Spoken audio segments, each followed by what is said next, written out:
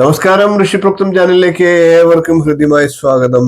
ഏതാനും ദിവസങ്ങളായിട്ട് നാം കൊല്ലവർഷം 1201 ആണ്ടിന്റെ സമ്പൂർണ്ണ പുതുവർഷ നക്ഷത്രഫലത്തെ അവതരിപ്പിച്ചു വരികയായിരുന്നു. അശ്വതി മുതൽ ഉത്രട്ടാതി വരെയുള്ള നക്ഷത്രക്കാരുടെ ഫലത്തെ പറഞ്ഞു കഴിഞ്ഞു. ഇന്ന് അതിന്റെ തുടർച്ചയായിട്ടുള്ള വീഡിയോ ആണ്.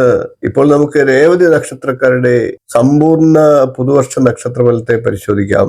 ആദ്യം നമുക്ക് രേവതി നക്ഷത്രക്കാരുടെ പൊതു സ്വഭാവത്തെ ഒന്നറിയാം. സമ്പൂർണാംഗ സുഭഗോ വശഗഹ സ്ത്രീണാം ജനപ്രിയോ ധനവാൻ ശൂരഃ പ്രതാപ ബഹുലോ മാത്സര്യയുതശ്ച ഭവതി രേവത്യ.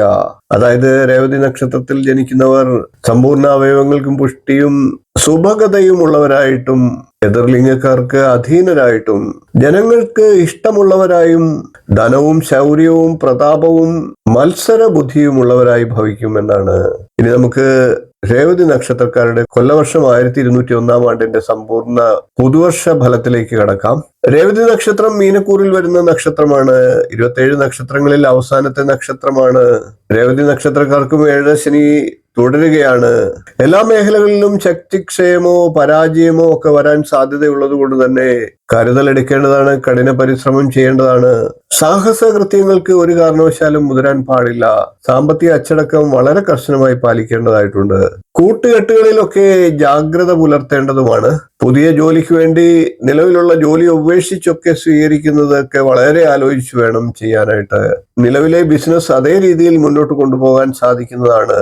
എന്നിരുന്നാലും അനാവശ്യമായിട്ടുള്ള ഇൻവെസ്റ്റ്മെന്റുകളൊക്കെ ഒഴിവാക്കി റിസ്ക് എടുത്തുള്ള എല്ലാ കാര്യങ്ങളും ഒഴിവാക്കുക. അതായത് ബിസിനസ് വിപുലീകരണത്തിന് വലിയ തോതിൽ പണം മുടക്കാതിരിക്കുക എന്നർത്ഥം.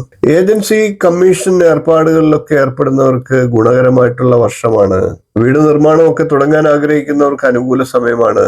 മക്കളുടെയൊക്കെ നിർബന്ധങ്ങൾക്ക് വഴങ്ങി വാഹനങ്ങളൊക്കെ വാങ്ങി നൽകേണ്ട സാഹചര്യങ്ങളും വന്നേക്കാം. പ്രേമകാര്യങ്ങളിലുള്ള രേവതി നക്ഷത്രക്കാർക്ക് കുടുംബാംഗങ്ങളുടെ എതിർപ്പുകളൊക്കെ നേരിടേണ്ടി വന്നേക്കാം. ബന്ധങ്ങളുടെ ശൈഥില്യമൊക്കെ മനസ്സിനെ ബാധിക്കുന്ന അവസ്ഥയും വന്നേക്കാം. അതുകൊണ്ടൊക്കെ തന്നെ ആത്മീയമായിട്ടുള്ള സാധനങ്ങൾ മുടങ്ങാതിരിക്കാൻ ശ്രദ്ധിക്കുക. കൂടാതെ അപരിചിതരുമായിട്ടുള്ള ദീർഘയാത്രകളും ബന്ധങ്ങളും ഒക്കെ ഒഴിവാക്കുക.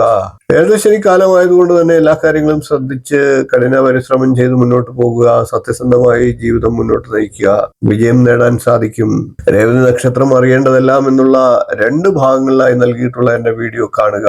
അത് നിങ്ങൾക്ക് നക്ഷത്രത്തെ കുറിച്ച് വളരെ നല്ല അറിവ് പകരും. ഈ വീഡിയോ ഇഷ്ടപ്പെട്ടുവെങ്കിൽ ഒന്ന് ലൈക്ക് ചെയ്യുക, ഷെയർ ചെയ്യുക, ചാനൽ ഒന്ന് സബ്സ്ക്രൈബ് ചെയ്യുക. നിങ്ങളുടെ അഭിപ്രായം കമന്റായിട്ട് അറിയിക്കുക. അടുത്ത ദിവസങ്ങളിൽ നമുക്ക് മറ്റു നല്ല വിഷയങ്ങളുമായി വീണ്ടും കാണാം. നന്ദി, നമസ്കാരം, ശുഭദിനം.